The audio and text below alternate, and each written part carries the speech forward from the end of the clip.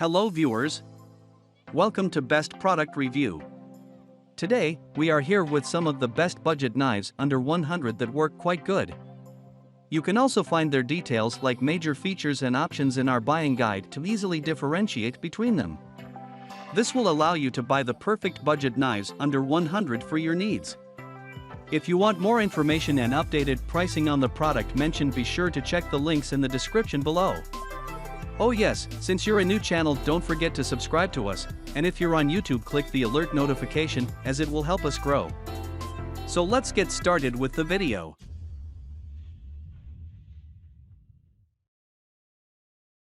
Number 5. Spyderco Tenacious. The Spyderco Tenacious packs a 3.39-inch blade made of 8Cr13 MOV stainless steel. As you already know, this steel is tough, easy to sharpen, and holds an edge well. The Tenacious weighs only 4.1 ounces and has an overall length of 7.76 inches. It features Spyderco's thumb hole opening device and is available with a straight blade and serrated blade. It's a Spyderco, so of course it's a great knife. The Tenacious is one of the more compact Spydercos, but it doesn't hold anything back. The grip is great in my hands and the G10 material is nicely textured.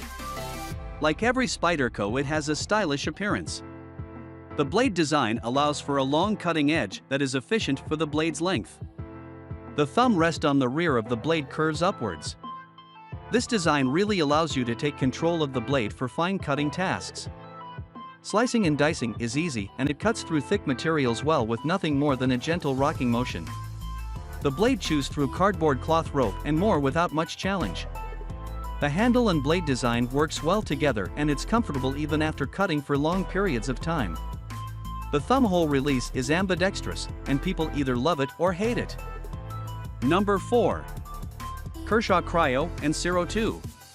The Kershaw Cryo is a collaboration between Rick Hinderer and Kershaw to produce something completely new.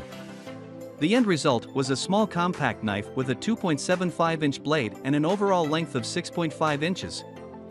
The blade is made from 8Cr13 MOV, which we discussed a bit more above. It's tough, holds an edge for a while, is corrosion resistant, and doesn't get razor sharp. The Cryo is a confused knife. It's short but heavy and wide. I'm not exactly sure what it's supposed to be. I honestly don't mind a heavy knife, but really don't care for the super short grip on the Cryo. I will, however, admit that it's textured well. Both the front and rear of the knife feature serrated portions for a sure grip. The blade has an ambi flipper and the blade opens nicely. The handle is stainless and the offset screws and bolts are quite good looking. The entire knife looks good, but this is my least favorite knife on the list. This is another knife that plows more than cuts through harder materials. One of the biggest problems I have is the pocket clip. The screws they use aren't flush fitting and catch and tear at the outside of my pockets. It's especially tough with my work pants. Number 3. Opinel number 08 Carbon Steel Folding Pocket Knife. The Opinel number 8 is an old design and of course it shows. The wood handle thumb screw opening device and simplistic spinning lock are all old school. It is old school cool, though.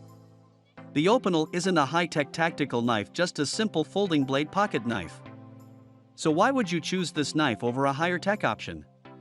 Because the Opinel works. It's incredibly light, the blade is sharp, and it's affordable. Once you start cutting and slicing, you see why the Opinel has been around since 1890. This thing flipping cuts. It slices and glides through paper, cardboard, paracord, and even chicken. It just keeps cutting. I didn't think I could dull this thing. That being said, I did sharpen it just to hone the blade a bit. The carbon steel was insanely easy to sharpen, less than 10 swipes had me back to a razor's edge. The wood handle weighs about an ounce and its round shape is comfortable in the hand. Because it's so wide, the force is distributed equally through the hand. This helps mitigate hand fatigue when it comes to heavy work. Number 2. Kershaw Leek. The Kershaw Leek sports a blade made from Sandvik 14C28 in knife steel. This steel is commonly used with high-end chef's knives. It's hard, corrosion resistant, and it's easy to sharpen. It's the kind of knife you sharpen maybe once a week or right before a lot of slicing. It didn't take much before I started plowing more than cutting. This knife is super small and easy to carry. My XL mitts are a little big for the handle, but I was still charmed by this knife. I love the all stainless look. The grip is also not textured in any way, so this isn't a knife designed for super hard work. For normal EDC tasks, it's perfect. Number 1. Kershaw Zing. The Kershaw Zing is a stainless steel knife with a 3-inch 8CR13 MOV steel blade. This steel is a cheaper option and makes the Zing a great budget knife. As a steel, it's not bad. It's strong, holds an edge for a good amount of time, and is corrosion resistant. The Zing's handle is a matte stainless steel and the knife uses a frame lock. The knife has an ambidextrous flipper on the back of the blade and is an assisted opening blade. The blade uses a drop point blade for simple cutting and slicing. When you stop to factor in the price of this knife, it really is an impressive blade.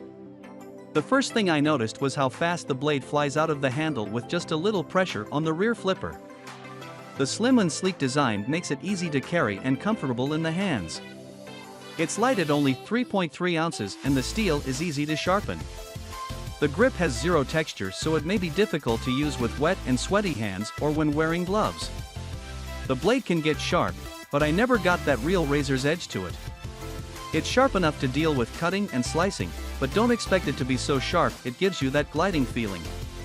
When put through cardboard, it plows instead of glides.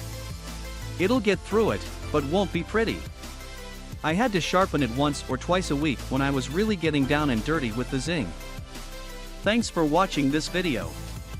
Hope you like this unbiased review. And please don't forget to subscribe us to get the news of upcoming reviews. Stay tuned.